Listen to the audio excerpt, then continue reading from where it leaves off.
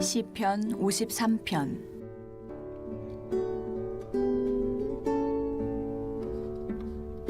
어리석은 자는 그의 마음에 이르기를 하나님이 없다 하도다.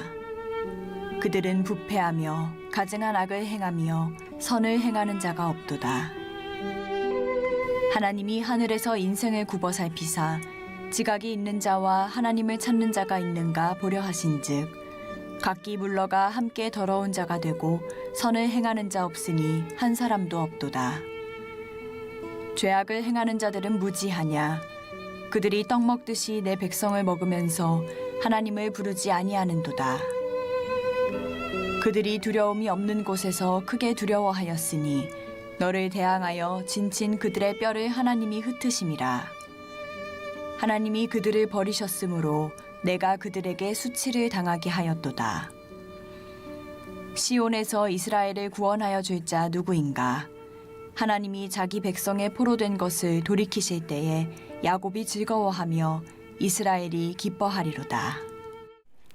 오늘도 이른 새벽 미명 하나님 품에 이렇게 나오신 여러분 모두를 주님의 이름으로 축복하고 또 환영합니다. 이렇게 하루의 첫 시간 하나님과 함께 시작하는 일이 결코 쉽지 않죠.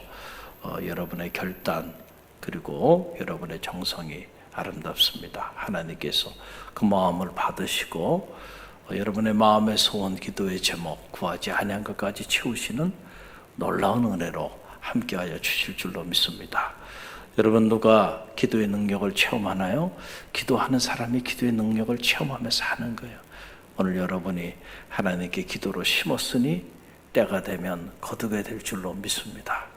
오늘 시편 53편 말씀, 이 말씀 안에 놀라운 영적인 비밀이 담겨 있죠. 시편 전편에 영적인 주제, 어리석은 자와 지혜로운 자, 의인과 악인, 이런 것들이 시편 전편에 면면이 흐르고 있는 주제들이죠. 어떻게 하면 우리가 지혜로운 자의 삶을 살 수 있을까? 라고 하는 부분인데 오늘 이 시편 53편에 보게 되면 어리석은 자에 관한 말씀이 나와요. 이렇게 살면 안 되는구나. 이렇게 사는 길이 어리석은 자의 길이구나 라고 하는 것을 우리가 이 시편 53편을 통해서 깨닫게 됩니다. 여러분 먼저 1절 말씀인데요.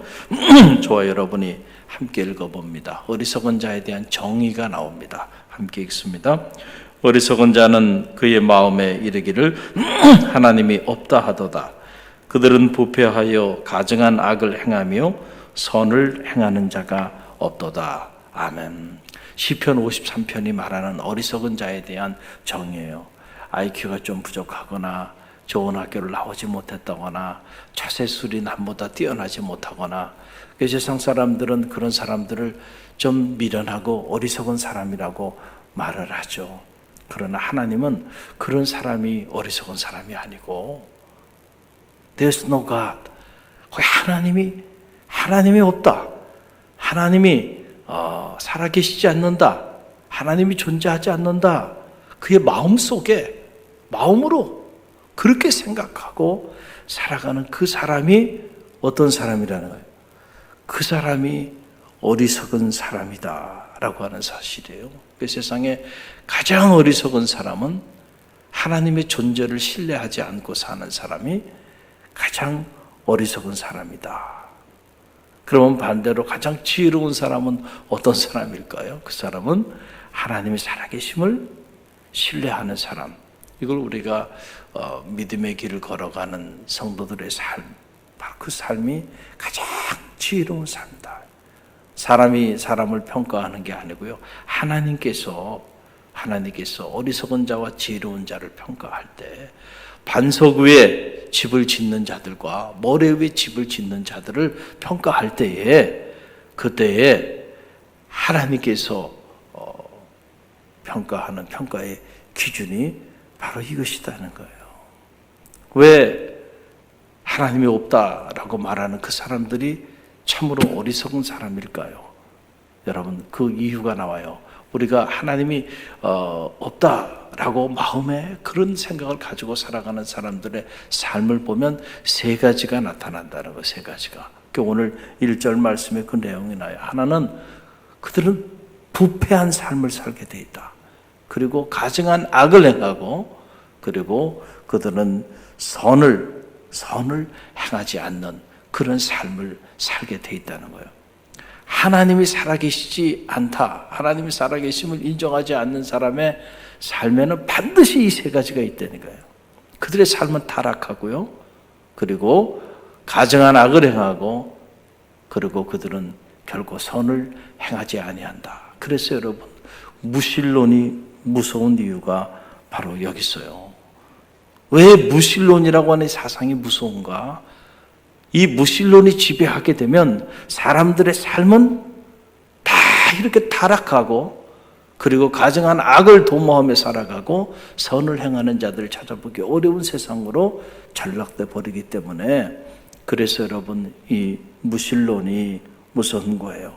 하나님이 살아계심을 참으로 신뢰하는 사람은요, 결코 삶을 함부로 살 수가 없어요. 때로 인간이 연약하기 때문에 타락할 수도 있겠죠. 우리가 가증한 악을 도모할 때도 있을 수 있어요.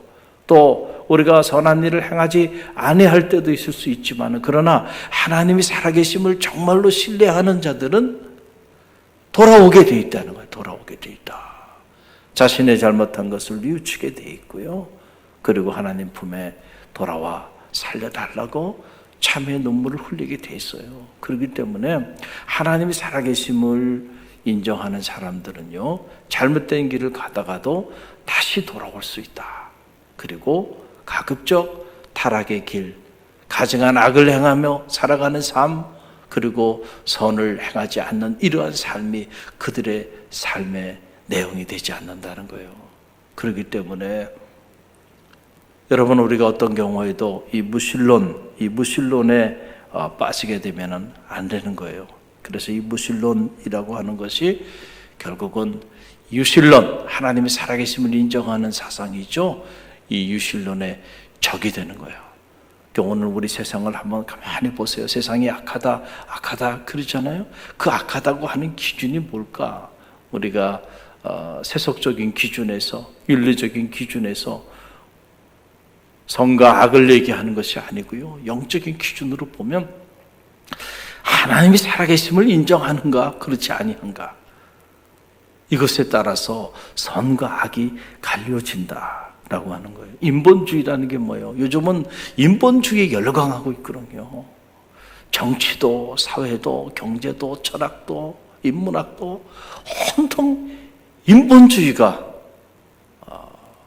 사람들의 마음을 완전히 다 빼앗아가버린 이런 세상 한복판에 우리가 살아요. 인본주의라는 것은 쉽게 말씀드리면은 인간의 가치를 최고의 가치로 여기는 사상이 인본주의 사상이에요.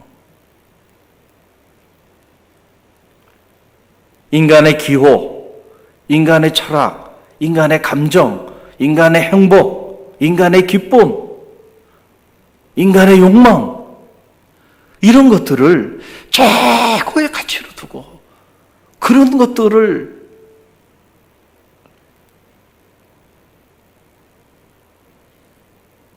실현하기 위해서 문화와 문명도 발전이 되어가고 모든 것들이 그걸 중심으로 움직이는 거예요. 여러분, 정치도 보세요. 하나님이 다스리는 나라와 사람이 다스리는 나라의 차이가 여기 있는 거예요. 신국론, 하나님이 다스리는 나라, 신정국가, 인간이 다스리는 나라. 모든 권력이 어디로부터 와요? 사람으로부터 오는 거예요. 사람. 그래서 맨날 조사하는 게 뭐예요? 여론조사하는 거예요. 여론조사. 그 여론이 뭐예요? 오늘 사람들의 관심과 오늘 사람들의 기호가 어디에 있느냐에 따라서 그것이 뭐를 결정하는 거예요? 권력을 결정하는 거예요. 그러니까는 온통 아침에 일어나면 가장 먼저 체크하는 게 뭐예요? 여론이에요, 여론. 그래서 내가 오늘 이거는 흑입니다 이렇게 주장하다가 여론조사해 보니까 사람들이 대부분이 다 그거는 백입니다, 라고 말을 해요. 그러면은 오늘 아침에 내가 이거 흙입니다 말했다가도 그 다음날 뭐라고 말을 해야 돼요? 백입니다. 이게 돼야 돼요. 그러니까 정책이라는 것도 이렇게 하루에도 수십 번씩 뒤집어지고 바뀌고 뭐에 따라서? 사람들의 기호에 따라서, 사람들의 여론에 따라서 그 여론에 잘 맞춰 살아가는 사람이 권력도 갖게 되고요. 그런 사람이 정치 지도자가 되는 이런 세상 한복판에 살아가고 있어요. 이게 인본주의예요. 무슨 인본주의가 멀리 있는 것처럼 생각하면 안 돼요. 너희는 이 세대를 본받지 말고 하나님의 선하시고 기뻐하시고 온전한 뜻이 무엇인지 분별하도록 하라. 여러분, 이 말씀이 얼마나 귀한 말씀인지를 알아야 돼요. 할렐루야. 우리는 이 세대를 따라 세대를 본받아 살아가는 거예요. 이 세대의 물결과 함께 흘러가는 거예요.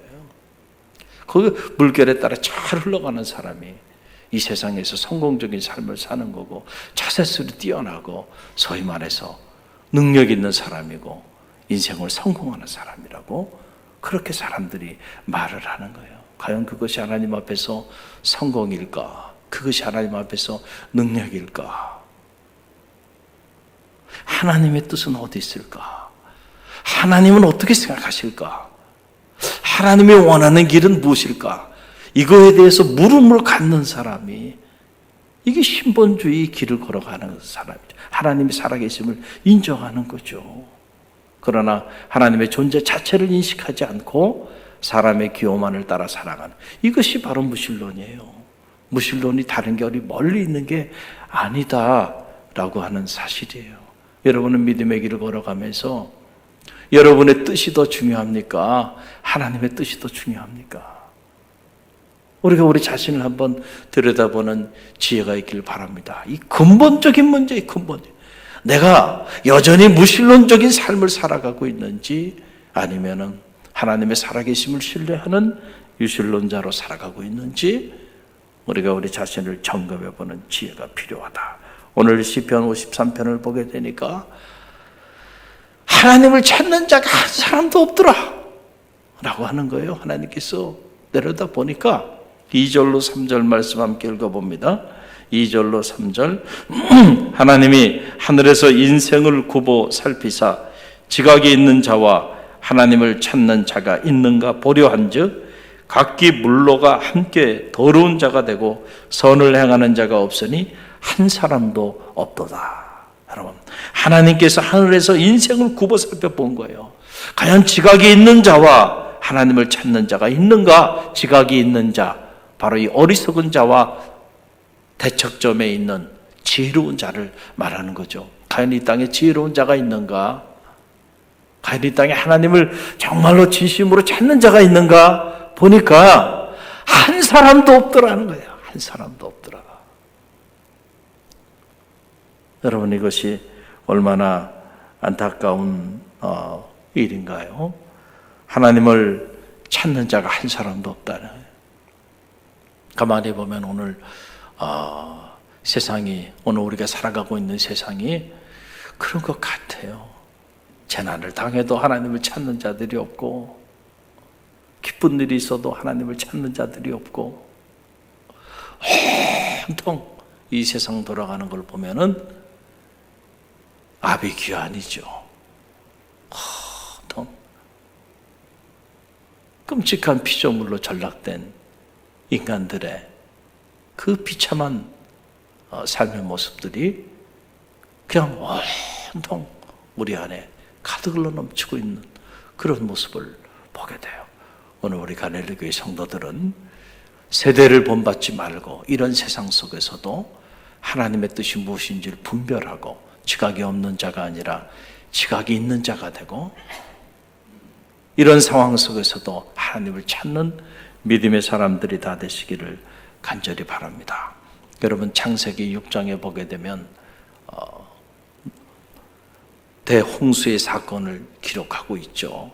노아 시대의 사람들의 타락상을 성서가 기록하고 있는데 그 타락상의 내용을 보게 되면 다른 게 아니에요.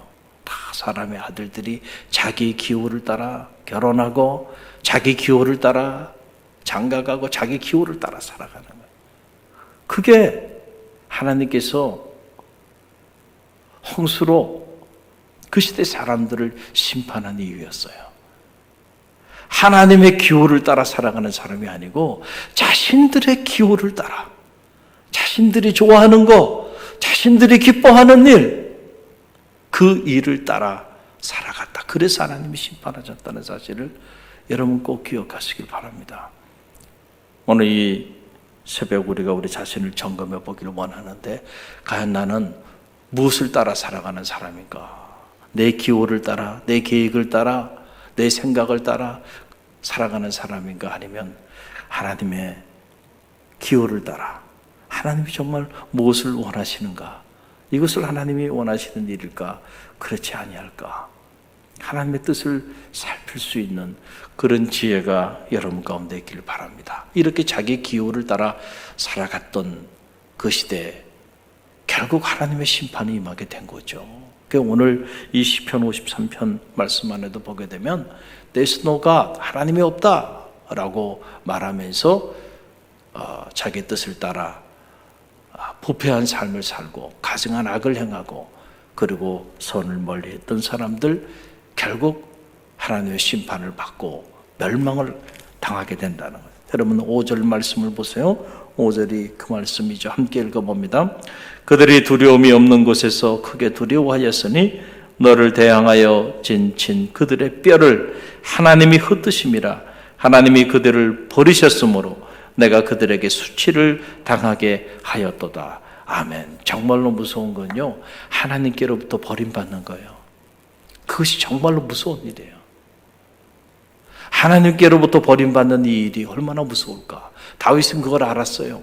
사울을 보니까 하나님이 사울을 전기에 들어 쓸 때도 있었지만은 하나님께서 그를 버리실 때도 있었다는 거예요. 촛대를 옮겨버렸다라고 하는 거죠. 오늘 하나님께서 이런 안타까운 이 민족을 버리고 내가 더 이상은 안 되겠다. 하나님 촛대를 옮겨버리는 거예요. 무너지는 것은 시간을 필요로 하지 않아요. 한순간에. 내가 이 세상을 지었음을 한탄하고 마치 노아 시대에 홍수를 통해서 당시 모든 생육하는 것들을 다 죽음의 사지로 그렇게 나가게 하였듯이 내가 도저히 인류를 더 이상 지켜볼 수가 없단 말이죠. 무서운 하나님의 심판이 우리 가운데 나뉘어지고 있는 이때에도 우리가 정신을 차리지 못하고 여전히 자기 기호를 따라 살아가고 있다고 한다면 얼마나 안타까운 일이 될 수 있겠는가. 특별히 이러한 팬데믹 상황에서 우리는 더더욱 이런 시편 53편의 말씀들을 깊이 성찰하고 온 세상이 이렇게 인본주의가 팽배한 하나님의 살아계심을 누구도 인정하지 않고 결코 누구도 하나님을 두려워하지 않고 그렇게 살아가고 있는 이 세상 한복판에서 저와 여러분 하나님을 두려워할 줄 알고 하나님의 살아계심을 인정하고 하나님을 찾는 지각이 있는 자들이 되기를 간절히 바랍니다. 그럴 때 하나님께서 치유하여 주시고 고쳐주시고 회복시켜 주시고 그래서 회복 탄력성의 그 놀라운 은총이 여러분의 삶과 가정, 직장과 사업체 또 우리 갈릴리 교회를 통해서 나타나게 될 줄로 믿습니다.